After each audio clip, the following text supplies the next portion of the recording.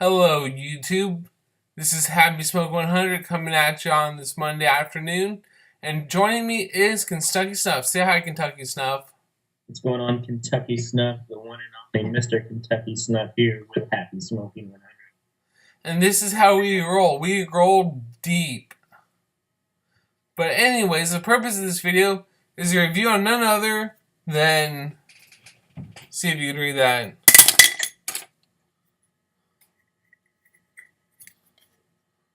High dry toast. Sorry, it's backwards. It's just where my camera is. This is a very delicious snuff. I've been taking it up, taking like a crack addict. Yes, a crack addict. It has you come back for more and more and more. It is that good.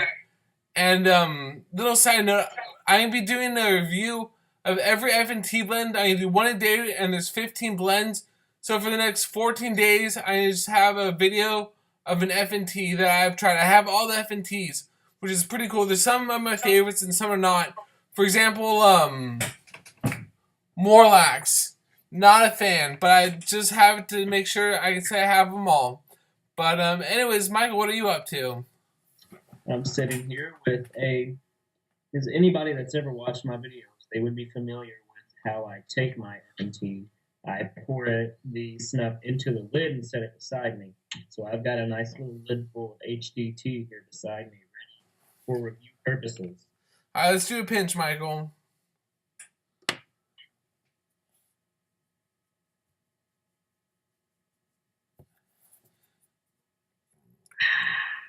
The grind is fluffy and dry.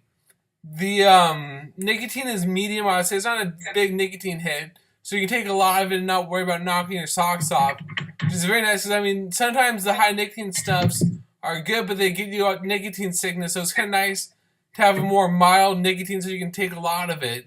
What do you think about that, Michael? Well, let me interject with now. For someone like you who takes a lot of white elephant, not like a fat kid loves cake, except it's you and it's white elephant. HDT is actually a pretty high nicotine snuff, but for veterans like yourself and newbies like me, it's still a pretty heavy hitting snuff. The grind, like you said, it's very dry, but it is fluffy for what it is. Flavor wise, it's to me. And this is kind of like Spanish gin in a sense that nobody has the exact same opinion on it. To me, it's really campfire-y. Yeah, I get that too. It's kind of like a hardware store mixed in with leather, mixed in with a campfire. I don't get the nutty roasted nuts sort of thing that a lot of other people do, but it smells kind of like Home Depot. That's a very good point, Michael. Not many people can think of it like a campfire-y, woody, leathery. Most people just go straight to the bready nuttiness and skip over what you just mentioned. So that's a very important tip that Michael just said, so remember that. So now you get my impression. Let me do another bump. I get a nutty, bready, slightly smoky. Not smoky like a Scotch by no means. Scotches are a lot more toasted. But this is a pretty good snuff. I'm not going to lie. And as far as F&Ts goes, this is probably tied for first place with Prince's. So, Michael, what are your favorite F&Ts? Well, considering I've only had this, Old Paris, and Makuba, this is definitely number one for me, with Old Paris in second and Makuba in third. But they're all really good.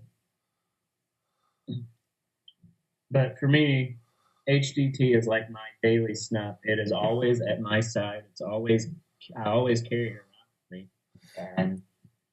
I just killed off a 50-gram tin not too long ago. And some jackass sent him another 25-gram tin in some bullshit contest. Yeah, I know. And I'm about a third of the way through that now. So, dude, you're a beast. I love HDT. When I first got into snuff, this was my favorite snuff. Like, I would live and die by it. I was so addicted and enjoyed the snuff so much when I first started off. But then I tried some other toasts. I kind of like the Scotch toast. They have a very distinct toasty, sugary scent to them, which is pretty cool. But anyways, I'm gonna wrap this out. We're at 5 minutes now. All right, later, YouTube.